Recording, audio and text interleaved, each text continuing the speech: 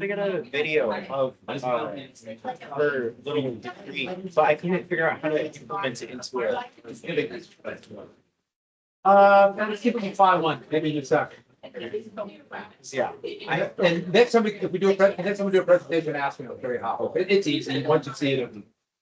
You watch 23 out of 24 hours.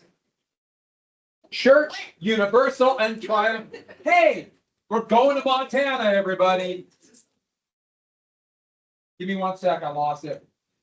I'm gonna blame River. There we go. You may, let me move the mouse. I know you're gonna cry and whine. Should we close up the line? Yeah. Go ahead and begin, I'll get the line. Okay. So my presentation is the first universal and or the cut. Um. How it began. Hans Wolf was an immigrant from Germany, and Frida was from Switzerland. These are Elizabeth Clare topics. And this is where Elizabeth Clare, or where they eventually settled in Red Bank, New Jersey. This is where Elizabeth Clare Wolf was born, April 8th, 1939, and spent her childhood. However, Elizabeth's life was described as very chaotic during this time and influenced a lot of her ideology and beliefs, which will be shown later on. And for example, her father became an abusive alcoholic toward like later on into her childhood. I don't think he was as bad when she was first born, but yeah. And then this would help develop her ideology for what she described as being evil, like possessions almost. She described it as like the chemical imbalance in the body would like make your body vulnerable to possession of like just anything evil, with demons and such. And then she also suffered from absent seizures. But then coincidentally, she believed it was a blessing of sorts and a way of escaping her abusive father. And she was diagnosed later. She was after being diagnosed, she was provided with medication. However, she felt it didn't help her get better. And then shortly after her diagnosis, her mother Frida confessed that she took pills to try and abort the pregnancy, but it failed. Which this would probably stem into a lot of her later life issues. Because she died fairly young-ish. It was like her 70s. But she started developing issues in her early years. And then after later research, scientists believed it was a quinine sulfate that caused her to have her epileptic problems. And then from a young age, she also stated that she felt God's light around her naturally and had visions of herself playing in sand on the Nile River.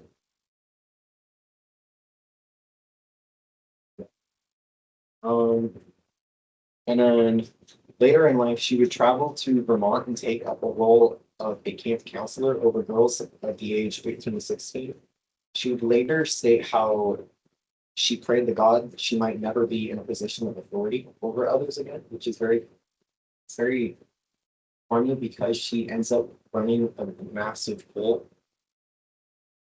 And then, so history of the church, it became what it is it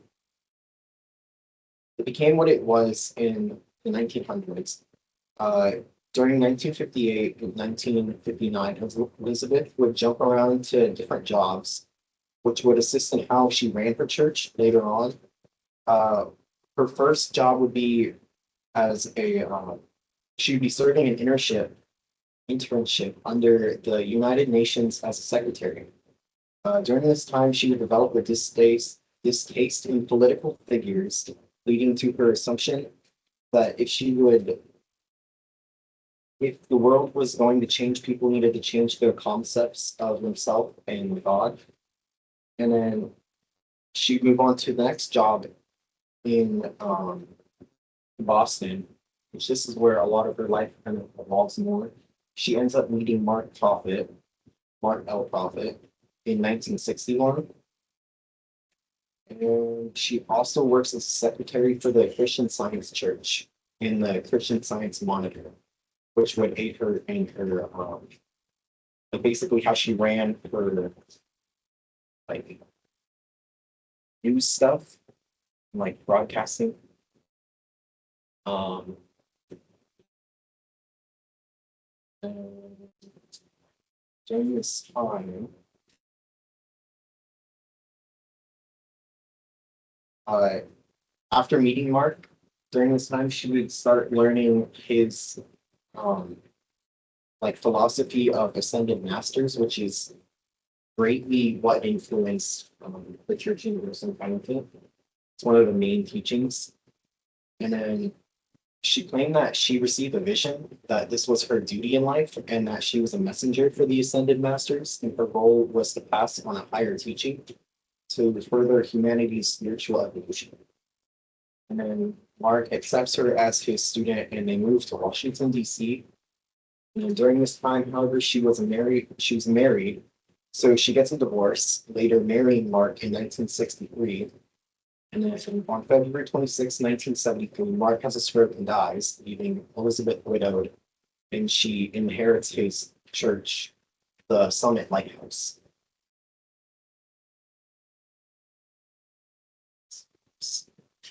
In 1975, she would later change the name to the Church Universal and Triumphant, which is what it is today. And due to her beliefs in a universal religion, which is kind of interesting, and that's why she named it that. So, in 1981, the church purchased the for 12,000 acres of the Forbes Ranch near Gardiner. Is that how you say it? Gardner? Okay, Gardner, Montana. And in 1986, relocated her church to the property. During this time, its followers were around 30 to 50,000 over the course of the relocation to its following. And then Elizabeth's church adapted a wide variety of bits and pieces of other religious teachings and making them her own, kind of, with it mainly centered around the Ascended Masters teachings and as well as the Ascension and Reincarnation. One of the most prominent rituals they performed was the Violet Flame decrees, which I kind of wish I had a video on, but from how I did it, she would read out this decree, but then she would loop it as she finished. And every time she would kind of speed up. So by the end, it was kind of just gibberish. And her followers greatly adored that. And The then, violent one, the violent. yeah, the Violet was a very big part in there, in her ideology because it kind of like had impurities, or it was pure of among most colors. I'll get into it more, but there's a lot to do with their color scheme. Like they weren't allowed to wear certain colors and such. And then they performed the Violet Flame ceremony to balance karma and ward off evil. And then Elizabeth during this and some other rituals would speak in nasally voice, which I thought was kind of interesting. Anytime she would be talking, like she was receiving a message from the Ascended Masters, her voice would kind of get nasally and kind of like alien-like. So yeah. And then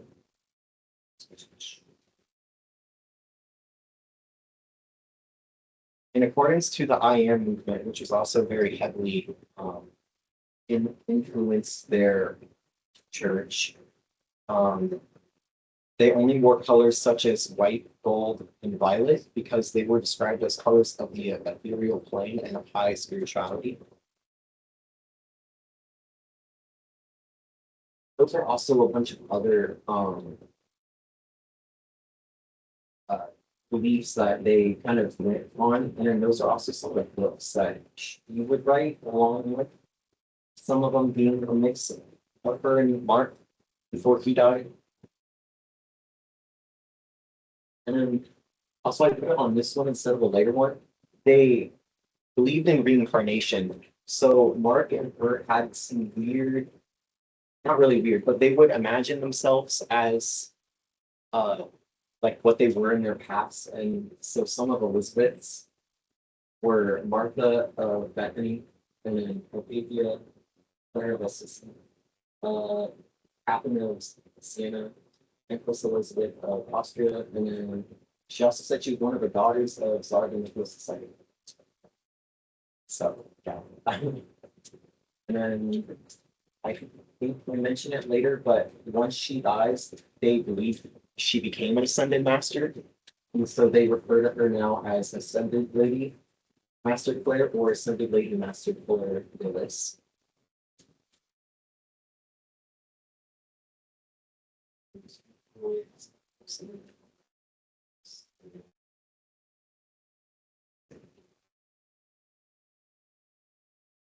Oh, I was going too far. So they were also not allowed to wear colors that were too dark, such as red and blue. It's lack of spirituality and black. And then they also were not allowed to wear colors. The church also didn't target any certain group of people. All they wanted were people that were dedicated to spiritual growth and other teachings. That's at least all I could find on people they wanted.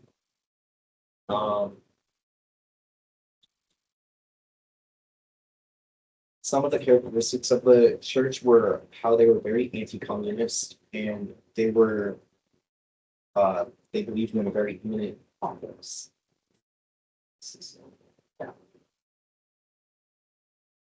Which is also kind of funny because their whole apocalypse thing is based on the Soviet Union. So you can see that there with their anti-communism. And then this gets into more of what makes them a cult. They started their apocalyptic doomsday teachings in the late 1970s, which is also why they would gain a lot of their followers because of the Cold War rising. And then she would have very authoritarian leadership. They would require them, or she would require the followers to call her mother. Or else she wouldn't be able to get her messages from the Ascended Masters, he said.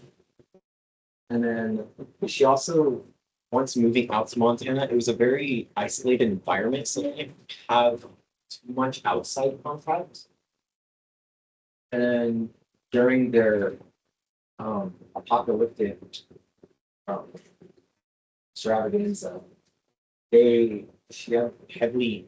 she had heavy financial exploitation in order to build their shelters, which I'll talk about next slide.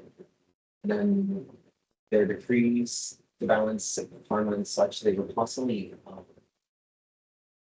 like paranoid of demons and evil coming to them, so they felt they needed to do the rituals like very often. And I guess one of her other names was the Guruma, or the Mother of the Flame. That's a far again. A little bit more on the actual. So they had this operation called Price Command, and this was basically enforced by the Soviets first strike in 1987 to show themselves as like a military power.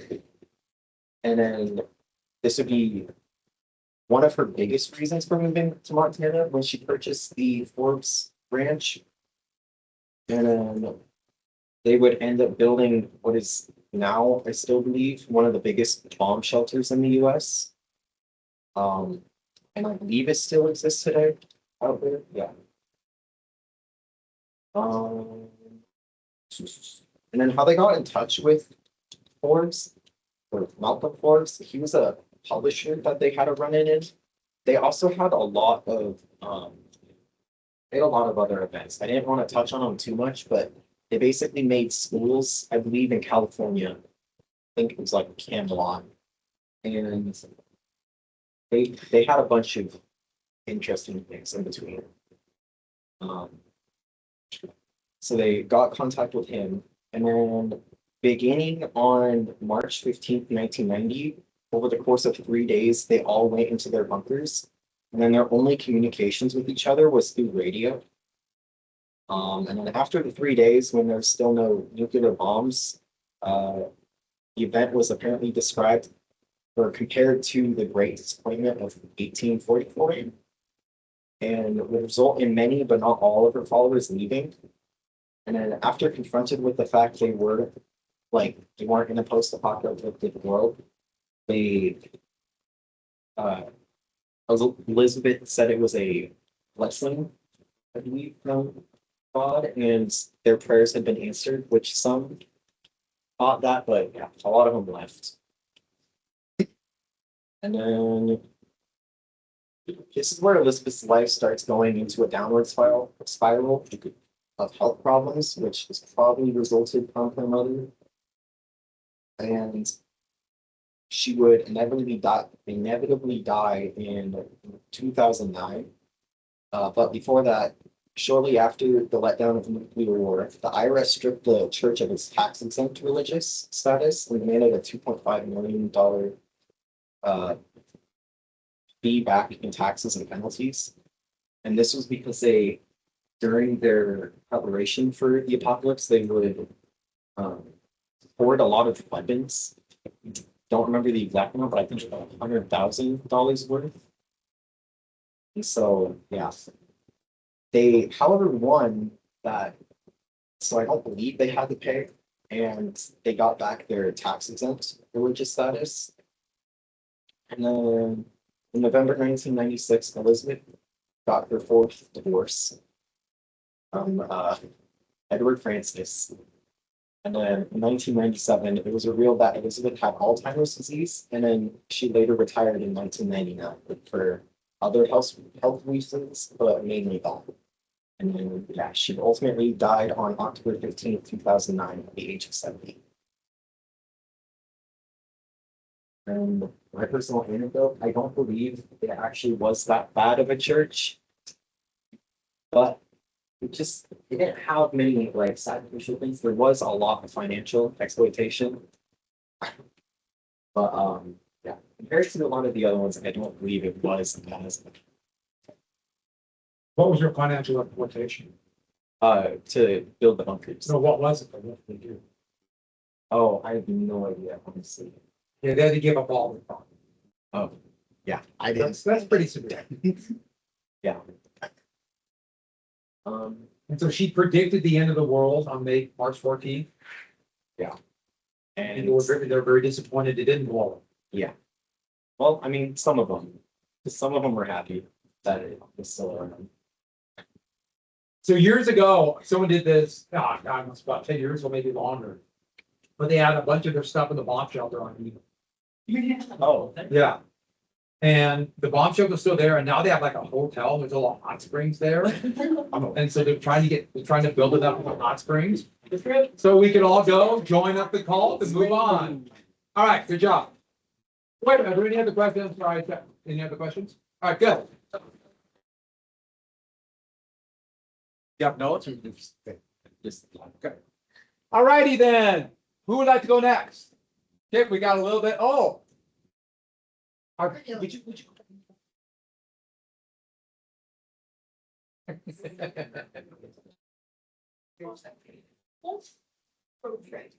Yeah. I really think the next time we do presentations, I should just have random ones and you just gotta take whatever presentation I pop up on. Yeah, you have to figure it out. Oh, I think, and you're great at how close you are to accuracy. Okay, this one, it's yeah. It's tough. It's good though. Good story.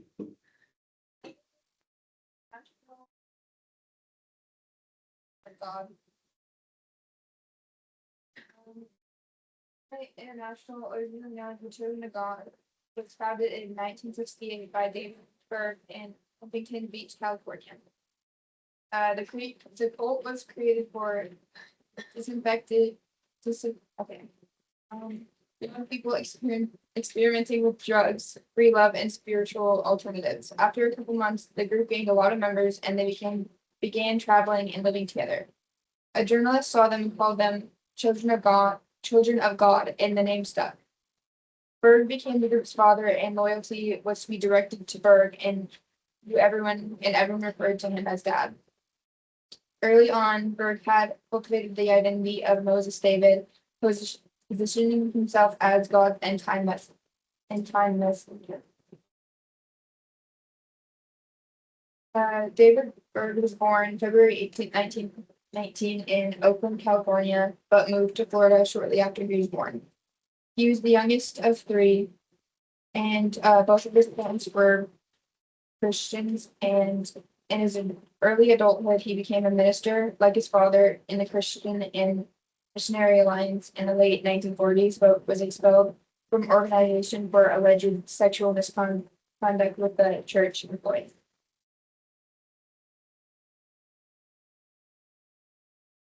The cult had a lot of different beliefs, the main one being that there was gonna be an apocalypse. They believe that civilization will come to an end due to some sort of catastrophic global event. They also believe that mainstream churches are corrupt and to be avoided, and they also believe that devoting life to church and following the guidance of prophets.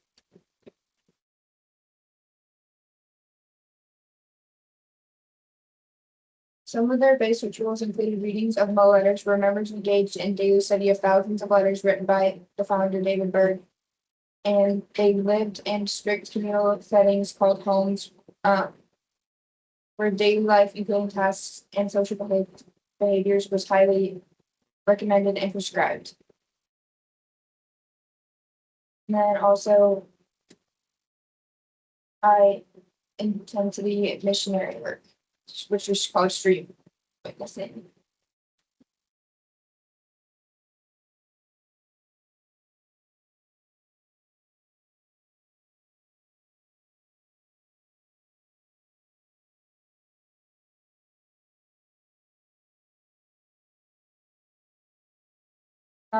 The Family International primarily targeted vulnerable, idealistic young people searching for a community in the late 1960s and 1970s.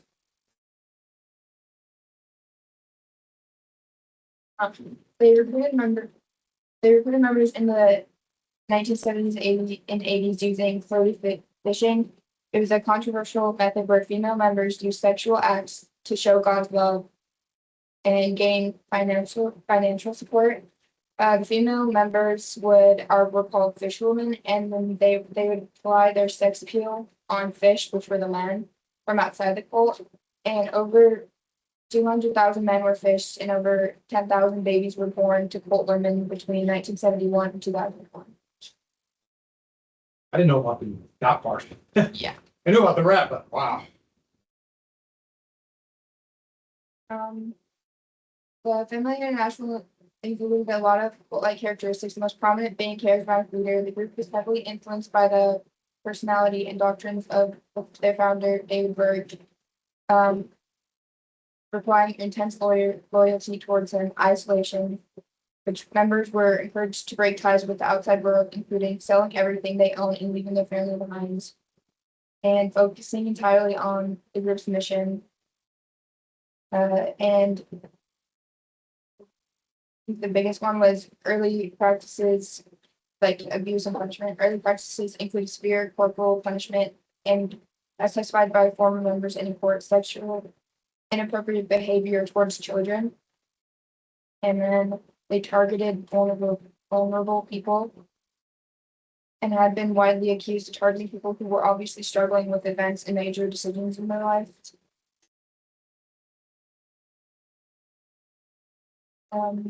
The Family International underwent a significant decline following the death of founder David Berg in 1994, and in 1995, the British court will enforce the group to end abusive practices, including corporal punishment and sexual exploitation of minors. The group was deemed safer in 1995, but the group has largely faded from public prominence.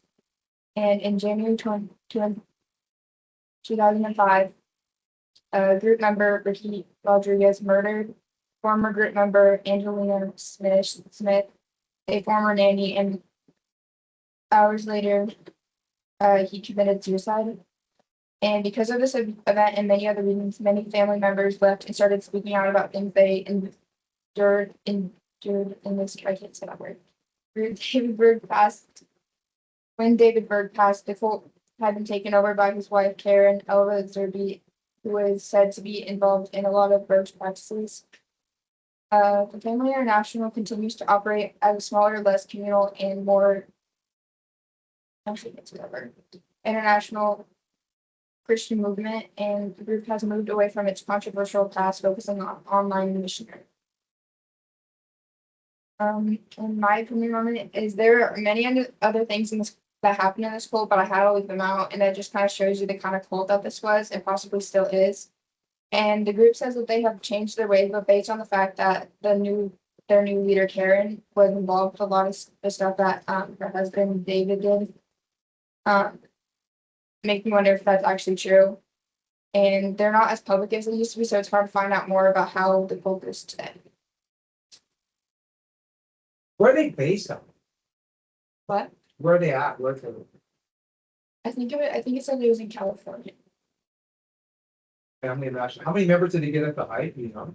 I think it was like, I had it written down, just I didn't put it in my notes. It was like, They have thousands of members. yeah, there was like around like 5,000 and 10,000, somewhere around there. And 200,000. Yeah. Wow. Yeah, they were definitely a call. Any other questions? Anything? All right, good job. Oh, I'll tell you my story that involved them that I did not know about. I was a freshman at Rocky Mountain College, and we were in the food service. We're coming out like a nice spring day, end of April, during the end of the semester. And I remember a bunch of us were walking out, and this bus was pulled up in front. So somebody came into the campus and just pulled up in front, and it had like painted like a bunch of bright colored, and all these young people our age, maybe, were running around, all very attractive people running around like trying to talk to everybody. And we just watched them all, and they were handing out stuff, and mostly young women, and we're all over. I've never talked to any, but I know a couple of people out that kind of group I was walking out with. They handed them something, started talking to them. And then all of a sudden, sheriffs came and a few other people came, and they ran them off the campus. They made them all get on. Like, what the heck is going on? Well, we found out a little bit later that they were the children of God. So it was they were doing flirty fishing. That's what it was. And I didn't join. Oh, really? So, it's clear. But that was my one only. Don't look at me that way. That's all. But I'll never forget that. And they were all like, who are these people? And they were, what's noticeable thing you've noticed? Like, oh, they looked. Okay, moving on. We have. So we still have a couple more left. Fiona, would you mind getting started now? We'll finish it tomorrow. If we have to finish tomorrow, finish tomorrow.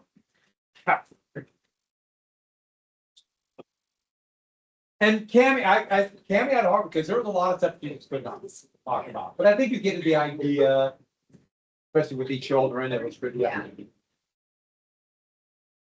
So let's move on to something a little bit.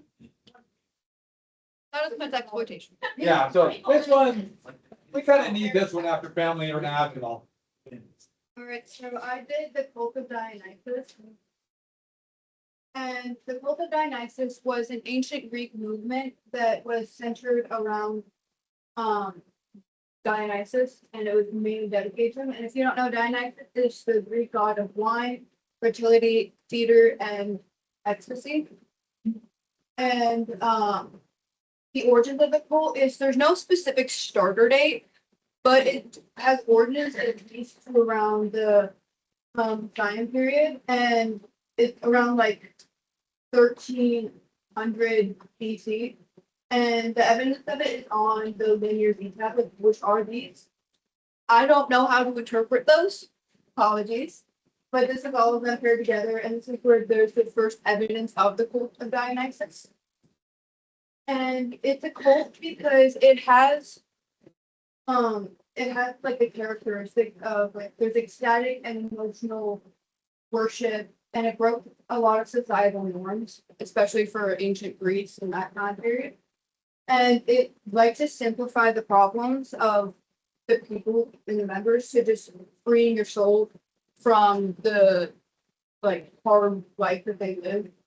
And there was a total understanding of like being free and love. And it was kind of like the getting rid of your old life, but it was more willingly because they were all kind of just free to go do their rituals. And there wasn't much exploitation because they were more just about freedom of the soul. And the rituals kind of explained that like there wasn't much they had to exploit for it. And they have the core beliefs of like emotional liberation, their direct divine possession. So they would believe that Dionysus would possess members to come through and like bless them. And they wanted to escape the mundane reality and tear down the social conventions through their frenzied dancing, intoxication, wild nature rates to become one with Dionysus. And all these are just paintings of like the cult of Dionysus and what is inspired by. So their base rituals get interesting. But so they have the base rituals of I think it's Orgia. It's an ecstatic forest rite where it's a nighttime trance like induced dancing performed in nature. It's usually was the forest or mountains where they would perform it. And the followers, especially the female followers called Maenads, danced until exhaustion, invoking divine possession, because they believe once they were so exhausted of their human form, they would get possessed by the gods. And these rites were known as Orgia, and they involved the wild dancing and drumming, and they used a Cyrus staff, which is a staff intertwined with ivy and it has a pine cone on top. That's typically used as a symbol of Dionysus, especially in Greek mythology. And then they also had, I don't exactly know how to pronounce that word. I kept trying to pronounce it last night and I couldn't figure it out. But it's a winter dance, and it's a biannual winter ritual where the Maenads dress in fawn skins and ivy wreaths, and they ran into the woods shouting Bacchic cry, which Bacchus is Dionysus is Roman form. And Let's stop right there. We'll finish up tomorrow. And by the way, that's how you pronounce it. Winter dance. okay. All right, mini applause. Very good. Thank you. Fiona. Good job. We'll finish it tomorrow, then we'll start Manson. Yeah, you want to go to the park too. Yeah. You're going right after Fiona. Sounds great. Beth, you still gotta go. I don't know. Cassidy and Aurora. And Aurora, I don't know where they are. I'm just. But Cassidy's got pneumonia. So she probably you're gonna I've had more sleeping. Something bad is going around. We shoot. I hope she's okay. All right, nice job, everybody. Another good day of presentations. We'll do more tomorrow. Yeah. And we'll listen to some Beatles pretty soon. Yeah,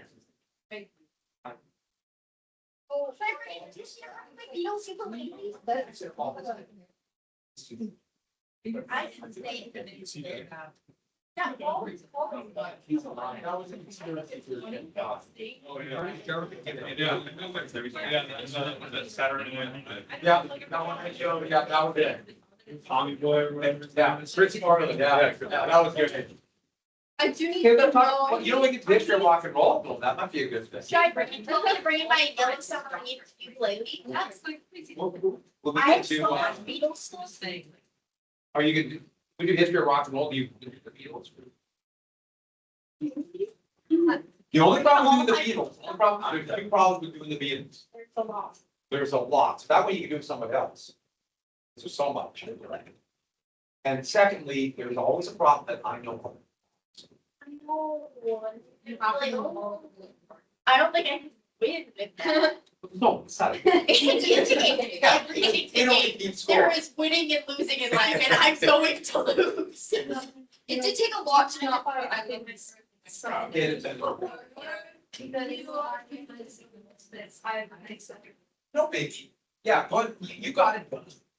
You got it done, so just, yeah, just send me one and we just probably a little more so you can just, I don't, yeah. No problem. So.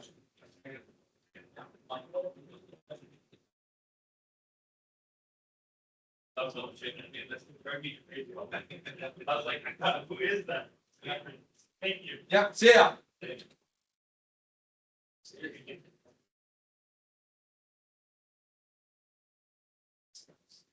LBJ for the USA.